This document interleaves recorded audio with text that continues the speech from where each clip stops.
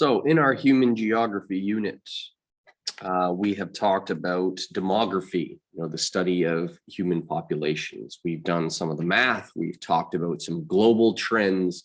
We've talked about immigration and emigration, why people move. We've talked about population increase and decrease, various factors. Where we're going to be really, looking at the remainder of the unit is how people live. And I'm not specifically talking about different, cultural practices or that would be a course like anthropology. When we talk about, some of the questions about, relationships between people and cultures and norms and all that sort of thing, that's really not what we're focusing on in this geography course. When I talk about how people live, really, this kind of connects back to the idea of population distribution, the way in which we as humans will organize ourselves in order to exist. And really, that is going to be looking at cities. We are going to be looking at some history and kind of where we came from and the origins of cities. I believe actually as a class, we may have watched a video that was called Urbanization, the Future of Cities. We may have seen that one already, but I am going to repost it again just to be safe. We're going to look at a typical city. And if you've ever played a game like Cities Skylines or Sim City, I remember that was something that I loved playing, growing up. You get to build the city. And full disclosure, I cheated a lot at that game. To play the game, on medium or hard is actually very, very difficult because in a city simulation, you have to deal with all sorts of things like pollution and budgets and traffic congestion. And I didn't know any of that stuff when I was in like grade 6. I just wanted to make a cool looking city. So I would always play it on easy. And there were cheat codes to unlock more money, sort of unlimited money. And then I could sort of just like do whatever I wanted. And if I thought it looked cool, I just sort of do that. And I'd also play it on no disasters mode, which meant that nothing could really ever go wrong. There were no fires, there were no floods, so I never really had to worry about the actual real life challenges of people living together. We're going to talk about the size of different settlements, as well as terms like zoning and what they're used for. So you can follow along on the note guide that I've given to you. The town of Oakville, and this is actually like many other towns and cities, is comprised of many areas. And these main areas are residential, industrial, transportation, recreation / open space, commercial, and institutional / public, which again, there may be some overlap into some of the recreational open space, as you'll see as we work our way through. You may be surprised to hear that in the way that cities are designed and planned, it doesn't just randomly happen. People don't just buy land and then decide, oh, I'm just gonna, put this on it because it's my land and I can do whatever I want. In the early days of human settlement, when we would look at people that, would be living on massive farms, out in especially things like, the American homestead, where you think of people traveling on, covered wagons, moving out into sort of the middle of nowhere. You found a place where you thought you could, build a farm, and you just kind of went with it and you hope for the best. As settlements began to increase in size, the level of organization required increases. And this is where you actually start to get into things like city government as well, and city planning, trying to decide, well, what is going to go where, in order to make sure that people living alongside one another is going to be as smooth as possible. And it's not always easy, right? There are often concerns and issues that people have. But I guess you can understand why it wouldn't make a lot of sense to have a big factory with toxic waste, dumping waste right into like a public park or something like that. That would be a biohazard. That would be a terrible idea. And so zoning is designed to help figure out how we're going to plan, how we're going to build. And we're actually going to challenge a lot of the, I'm actually going to go out on a limb here and challenge a lot of the way that we were brought up living in Oakville, Burlington, Milton, Mississauga, etc. There's actually a lot of harm that we have done to ourselves since the end of the Second World War in regards to how we build cities. A lot of North American cities look very different than cities, older cities that you would find, especially in, a lot of European countries. If you travel in places like, Italy, for example, you'll find all these, little villages and, cool, narrow streets. And it just looks so unique as you travel to areas that are a lot older. Whereas in North America, we don't design cities, in the same way. And we'll talk about the technology that has made that possible, talk about some of the good, but also about some of the challenges. There's actually a video that I'm going to be sharing with you today called How Cities Make Us Sick. Kind of sounds like clickbait, but we'll work our way through as we continue. So we are going to go slide by slide and talk about defining all of these types of zones. And this is also in the hope, I'm not just doing this so that, you can get a good mark in grade 9 geography. I don't know what you're going to do in the future. Some of you may wish to be politicians or engineers or architects or work in construction. And, I want to challenge and get you to think critically about what it means to live in harmony with your neighbor. What does that look like? Because there may be some creative minds in this class that may go on to do incredible things when it comes to city management, city beautification. And you may come up with ideas and designs that may be used in the future that we don't even know of yet. So I don't want you just thinking that, oh, well, everything that we do is based on stuff we've already done. We always want to be able to think differently. We always want to be able to grow, to try to challenge ourselves to improve.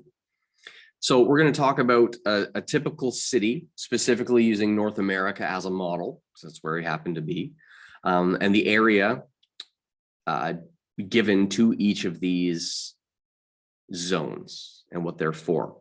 So the biggest one should actually come as no surprise: residential. And residential, the word resident or residence is actually hidden in the name.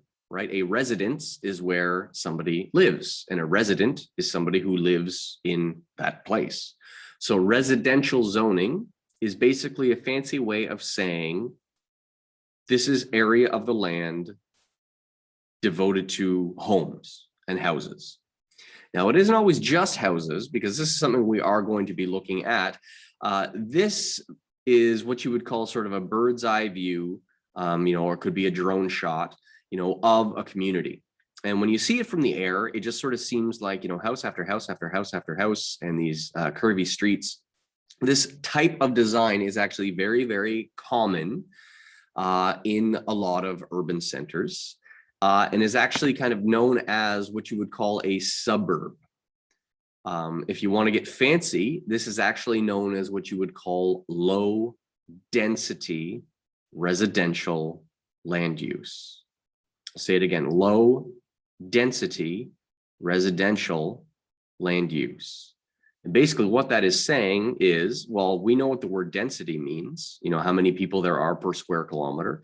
Low density means people are very spread out, right? So a use of low density residential land use would be something like, as you can see here, a single family detached home. Right? And it's not just this one in particular where my cursor is. I mean, it could be this one, it could be this one. What do you notice? They are all separate. This is why they're called single family detached homes. Now, I want to ask you a question before I move on. If this is an example of low density residential land use, can anybody think of what might be an example of high density residential land use? Remember, in this case, it's still being used for the same thing, for where people live. But if low density would be a single family detached home, what might be something that could increase the density and having more people living in a given space? Well, what comes to my mind first would be like apartments. For example, like the big apartments in Toronto with like lots of stories, and with what you were saying, that's what I would think it would be. Yeah, absolutely. I saw that in the chat as well. And we're actually going to talk about, well, I mean, I may as well do it now while I'm recording. The varied density of residential land use, well, as it says here, depends a lot on the cost of the land and how many people you need to house in an area. You mentioned Toronto, and I think that's a good example. You know, Toronto, Mississauga, Brampton, you know, some of these major urban centers, there's a lot of people. And when there's a lot of people that want to live in a smaller area, that makes the demand for space, makes the cost of the land very, very expensive. So that's usually why you'll find, you know, high-rise apartment or condo towers in especially big cities, because they're expensive to build. Okay, building a condo tower or an apartment building is very, very expensive. There's a lot of engineering, there's a lot of work involved. But if you are a land developer, it makes it worth it if people are willing to pay whatever it is that you're charging for a small residence. Well, I shouldn't say small. I mean, it depends. Like different condos and apartments can actually be quite large. But if there is a lot of people and not a lot of land, that increases the cost of the land. And so you can build these expensive towers and people are going to be willing to pay to live in them, because to try to spread the people out in something like a single family home would be incredibly expensive. There wouldn't be enough land to do it. And this is actually why you find that, you know, the home that you are in right now, statistically speaking, is probably something along the lines of a single family detached home. And that is very, very common in the areas where we are. Whereas if I was coming to you live from downtown Toronto, it would be much less likely that if we lived in downtown Toronto to be in the home that you're in right now, it would be incredibly expensive. Now, again, there's always exceptions, because you're like, well, I mean, doesn't Drake live in Toronto? I mean, like, he's got some mansion. And of course, there is going to be people of all different income brackets. And I mean, if you have enough money, then, you know, you can potentially afford whatever the cost might be. But generally speaking, you'll find if someone is living in a single family detached home, it tends to be on the outskirts of an urban area, where the land becomes a little bit expensive the further you move away. And that's actually what we found during you know, the COVID pandemic as well. People have been moving actually out of cities at record paces, because since they have to stay at home, they want to be able to stay in something a little bit bigger. So there's been actually a lot of people that have moved out of cities, which is sort of a trend. It's very different than the trend we've seen over the last 100 years. You know, people actually leaving cities kind of for the first time. But I also think that part of that is temporary. So we'll continue to move on here. And again, we'll just recap. Residential is where people live. This one might surprise you. It's almost a third, right? Almost a third of the land in a given area is used for transportation networks. I know when I started teaching and I learned that statistic, I thought that was a mistake. I was like, you've got to be kidding me. You know, almost a third of the land is just to help people get around. But then the more that you think about it, you're like, well, okay, every residence needs to have some sort of connection to other areas of the city. And that includes sidewalks, roads, paths, trails, railway, subway, you know, you name it. You know, people need to be able to get around. We talked in our last unit about how the transportation is kind of like the circulatory system, this infrastructure that makes life possible. You need to be able to get from place to place. So transportation takes up an incredible percentage of land use in any given area. And in one of the videos that you're going to be watching today, we're going to see how, especially in North America, as much as highways were designed to sort of be the solution for things like congestion, we've discovered that as you build massive highways, sometimes even if you add more lanes, it doesn't make traffic go down. Sometimes as you add more lanes, you find it just causes more people to drive, and then they get just as crowded. So we're going to be looking at the future of also what we call, public transportation. We're going to look at some international examples about how people are moved around in other countries, see what we can learn from that as we plan for the future. But transportation is another huge percentage. So almost 3/4 of the land, actually over, well, no, close to it. Almost 3/4 of the land in an area are between residential and transportation, because people need a place to live and they need to be able to get around. Commercial. This one surprised me as well, how low this seems. If you want to know what commercial is, just think about what a commercial is on TV. What's a commercial trying to get you to do?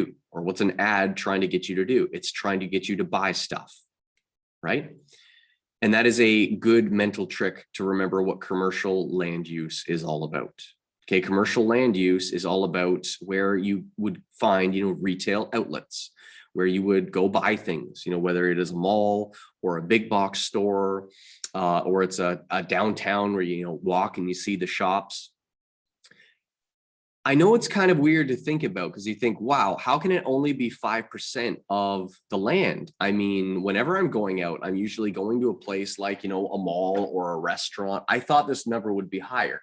Well, you also have to remember the reason why it seems higher is because even though that this is a fairly small percentage of the land use, it tends to be very concentrated, and that is often where you would go as a destination. You don't spend the majority of your time driving around aimlessly in streets where people live if you don't live there, right? There are, and I even found this happen the other day as I was biking around.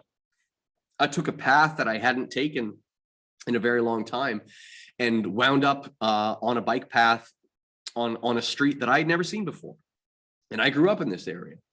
But you tend to not go to areas of the city, where you don't live if there's, nothing to do, if it's just somebody else's house and you don't know them. So, commercial areas, even though they only use up a small percentage of the land, a lot of citizens will take advantage of them, right? Because they need to get their groceries, they need to go, purchase items. So that's what commercial districts are all about. And technically speaking, you might say, well, what about like the parking lots and all that sort of thing? That takes up a lot of space. I guess technically speaking, you wouldn't really zone the parking lot as commercial, because that is sort of connected to transportation, right? That's to help people get around. And think about how big parking lots can be, especially in areas like a mall or a big box store. I know that there's, the Walmart and what is it, Superstore just near King's, actually, at, Trafalgar and Dundas. And if you were to look at that from the air, you'd see that, there's a huge parking lot that, of course, is empty for the most part during the night because the stores are closed. Industrial, also a fairly low percentage, but incredibly important, because this is often, in many cases, job creators. Okay, we talked about in our last unit the different sectors of the economy. And industrial, this is often where you will find secondary jobs, right? If we're looking at, for example, in Oakville, a great example of an industrial district would be the Ford Motor Company, the Ford plant. It is a massive factory, and it employs hundreds of people. And so industrial areas, although not necessarily a very high percentage of the city, they tend to actually be big polluters. They tend to be very loud. Again, you know, they're the sort of places that you want to be very careful in designing where they are, so that you have residential areas that aren't necessarily too close, because that would very much interfere with people's quality of life if they were too close to, you know, some of the factories. Although, and you can't always, you're always going to have controversy. I know, for example, in the city of Burlington, at Appleby Line, south of the highway, there is a pork processing plant. And sometimes, depending on the way the wind blows, it will carry some of the odors to those local residential areas. And if you live in those areas, it's something that isn't all that great. But again, these industrial areas are incredibly important to the lifeblood of the city, because this is where a lot of people have their jobs. And these jobs allow them to pay their taxes, buy groceries, you know, pay their mortgages, and give us the quality of life that we enjoy. So although it can be controversial from a, you know, nobody necessarily wants to have a factory in their backyard, we also know that industrial land use is an important part for having a well-balanced city. Recreational and open space. This is going to be something that we continue to talk about, because depending on who you are, you look at open space differently. If you are a developer, if you, for example, like to build homes, you sometimes will see open space like parkland, and you see it as a waste of space. You're like, oh man, think of how many houses I could fit in there. You know, it's just a stupid park. You know, think of all the homes I could build and all the money I could make. Well, one of the things that's interesting that we're going to be talking about, especially in this, you know, how cities make us sick. There's an old saying, you don't always appreciate what you have until it's gone. And often these parks and these open spaces are what make living in an area so incredibly desirable. You know, being able to walk along nature trails and to have bike paths, to have a well-planned community that lives in harmony with nature is actually incredibly desirable. And Oakville actually does this incredibly well. There are a lot of urban areas that do not do it as well. I think especially the Glen Abbey area where I grew up, you kind of feel spoiled with it. You know, their path and trail system is so well organized. There's lots of cities, especially a lot of American cities, where it's just, you know, house, house, house, house, house, house, house. And if you wanted to go to a park, you better hope you have a car so that you can drive somewhere, because the only way to get around is through use of automobiles. And recreational open space, this isn't always just talking about, you know, soccer fields, baseball fields. It is also just a connection to nature that really is something that we want to encourage as we look at future city growth. We don't want to look at, you know, a pile of trees and be like, well, let's just tear them down so we can build some more houses, because we realize once they're gone that, you know, nature not only helps to clean the air, but it makes an area much more desirable. Of course, institutional, that can be, it's not just churches, schools, and libraries, it's also police stations, hospitals, fire stations, you name it. It is a land use that has a function basically outside of the areas that we've already listed, right? It's not industrial, it's not commercial, but it provides some sort of service, varied uses. And you'll notice on the slide here, it mentions that it's usually near residential areas. Why does that make sense? Well, because they're for the benefit of the people who live in the city, right? So you want to make sure that these institutional and public services are located in areas that are convenient for the people who live in that community. So that actually brings us to a close for this portion of the day and for this PowerPoint presentation. So I'm actually going to pause the recording.